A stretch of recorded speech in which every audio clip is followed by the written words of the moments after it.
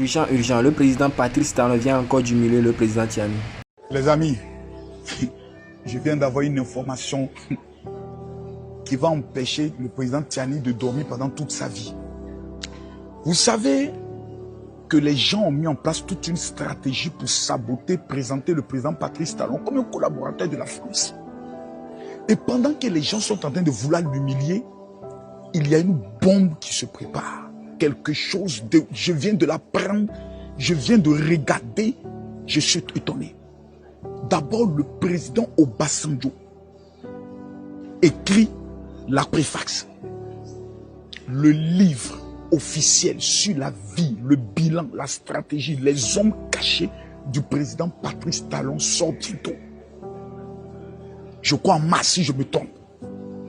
Des Africains se sont assis et ont fait une étude de faisabilité, des recherches sur le président Patrice Talon. Béninois, continuez de dormir. Votre président est en train aujourd'hui d'être positionné comme étant le leader africain le plus reconnu sur le plan du monde. Pendant que les gens sont en train de mettre en place tout un plan de sabotage, le président Patrice Talon est en train d'entrer dans l'histoire de façon exceptionnelle, de façon unique et de façon glorieuse, avec un livre qui prendra le soin de le présenter aux yeux du monde entier. Et pire encore, et je vous dis pire, son dauphin, qui est le ministre, je pourrais le dire, d'État, ministre des Finances, Romuald, on prend le soin de révéler quelque chose sur sa personnalité. Qu'est-ce qu'il pourra apporter au niveau je pourrais le dire, du Bénin?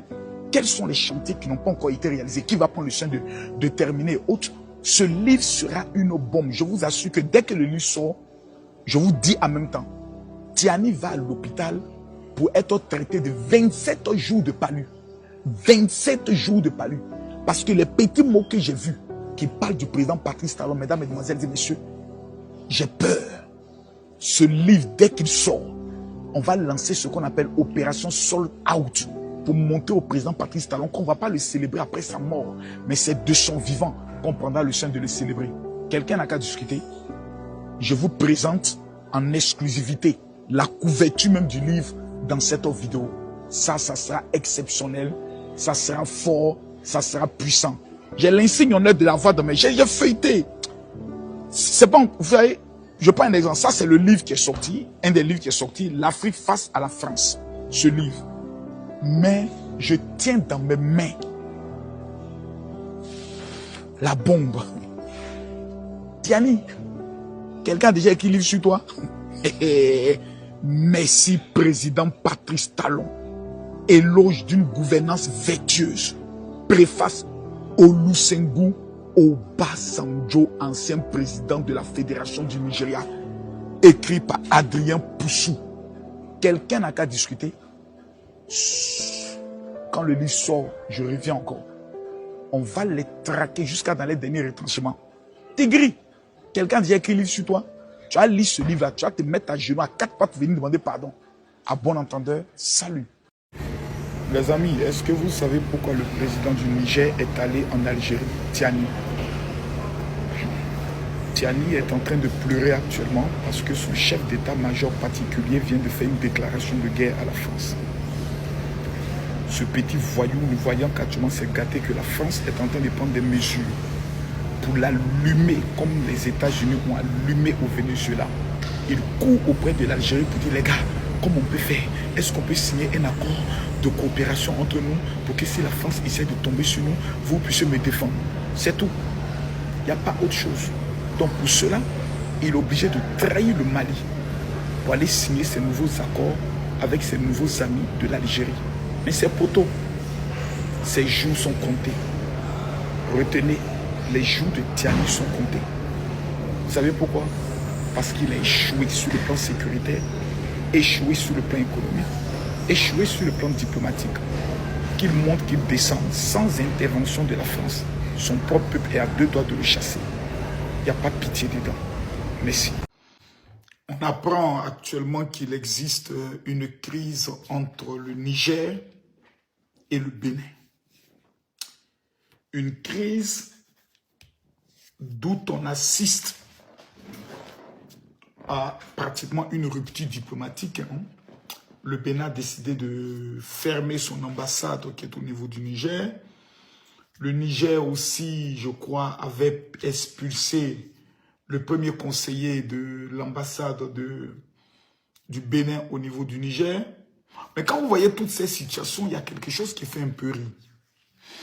Quand vous avez à la tête de votre nation un ignare, un incompétent et quelqu'un qui est bête, qui se fait conseiller par des blogueurs, c'est-à-dire lui, le président, mais c'est les blogueurs, les tiktokers, des panafricains tels que Kémy Seba et autres, qui le conseillent et à qui il remet des passeports diplomatiques.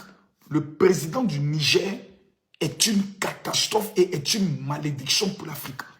Il suffit juste de le regarder dans sa morphologie où tu sens que cet homme, il est quelqu'un de gros, gras et il est bête. Quelqu'un qui n'a même pas été capable de respecter son serment, qui a trahi le président dont il est en charge de sa garde. Un président qui faisait un travail remarquable et remarqué, salué du monde entier. Bazoum, Tiani, ce voyou, ce bandit, ce délinquant, n'a pas eu pitié de kidnapper ce chef d'État et jusqu'à aujourd'hui de le détenir dans une prison. Aujourd'hui, vous avez le problème des salaires des fonctionnaires au niveau du Niger. Le Niger est devenu le premier pays mendiant de l'Afrique. On est obligé de mendier 100 francs même avec les élèves. C'est Tiani qui a envoyé cela. Un voyou, un incompétent notoire. Quelqu'un qui arrive au Mali, je ne savais pas, j'avais pensé que c'était une visite. C'est un général qui se comporte en un caporal. C'est avec ces voyous, ces délinquants, ces bandits, ces ignares, ces incompétents, ces illettrés notoires. Quelqu'un, vous l'entendez même faire un discours, il met le à la place. C'est avec ces plaisantés notoires-là qu'on va développer l'Afrique, ces comédiens, ces voleurs patentés. Et un incompétent comme ça, il va vouloir parler même avec le Bénin. Toi, tu as parlé avec Patrice Talon. Toi, Patrice Talon parle. Toi, tu peux parler. Sur la base de... Sur quoi, mais toi, tu as pu parler à Patrice Talon. Voici un voyou de la sorte qui nous a fait croire que le Bénin détenait des bases militaires françaises pour déstabiliser, selon lui, son pays, qui est l'un des pays les plus pauvres de l'Afrique. Ils fomentent avec le Burkina un coup d'État au niveau du Bénin. Ils échouent. La honte dans leurs couilles. Il veut maintenant se jouer les durs. On va chasser tel diplomate et autres. Monsieur Tiani, parce que j'ai payé, jusqu'à ma mort, je ne peux pas vous appeler président. Vous êtes la malédiction du Niger. Vous êtes la honte du Niger. Bazoum avait sauvé ce pays. Mais comme vous êtes un traître dans l'âme, vous vous êtes permis de pouvoir vous mettre sous la coupole de l'ancien président, dont le fils voulait faire nommer son ami à la direction de la société du pétrole. Quand Bazoum a refusé, vous l'avez fait un coup d'État. Vous êtes des voleurs. Tout ce qui vous intéresse, c'est être des braqueurs, voler le pétrole, voler, je pouvais le dire, les matières du Niger. Et comme un État voyou, vous croyez que le monde, parce qu'il y a un taux d'analphabète dans votre pays, vous allez tous les manipuler. J'aimerais vous dire, de la manière dont le président vénézuélien a été pris là, ça doit vous interpeller, vous tous. Hein. Continuez de vous comporter comme des braqueurs. Ils vont venir vous pêcher un à un. Et de la même manière que le peuple vénézuélien n'a même pas pu sortir, il n'y a pas quelqu'un, mais toi seulement, ils vont régler ton cas. De la manière dont tu t'es joué les durs pour humilier les Américains dans ton pays, tu as cru que tu étais dur là. Faut t'attendre. Toi seulement, tu vas prendre tes couilles pour fuir le Niger pour abandonner. Toi, tu es un lâche, quand on va que tu es un peureux. Tes bêtises avec lesquelles tu es en train de gérer les Nigériens pour les prendre pour des fous là. Faut te méfier quand il s'agit du Bénin. Ils ne sont pas à votre niveau. C'est un peuple d'abord fier, les Béninois. Ils n'ont pas les mêmes richesses que vous avez. Mais avec leurs intelligences, ils arrivent à développer le pays. Vous dites que vous avez tout le minerai. Mais chaque jour que nous passons, nous voyons la souffrance du peuple du Niger. Parce qu'à la tête de ce pays, on n'a que des voleurs, des braqueurs qui se font passer pour des panafricains. J'aimerais dire au peuple béninois, faites très attention à deux pays voisins que vous avez. Le Burkina Faso, avec à leur tête là-bas Ibrahim Traoré, et son chef de renseignement qu'on appelle Yabré. Voici deux maudits qui étaient prêts à faire couler le sang des Béninois. Et à droite, vous avez le plus bête de tous les présidents africains qui s'appelle Tiani. Bête comme son nom. Ces deux gens-là vont jamais aimer les Béninois. Leur priorité absolue pendant au moins 10 ans, comment faire pour prendre le Bénin et arracher le port. Soyez vigilants.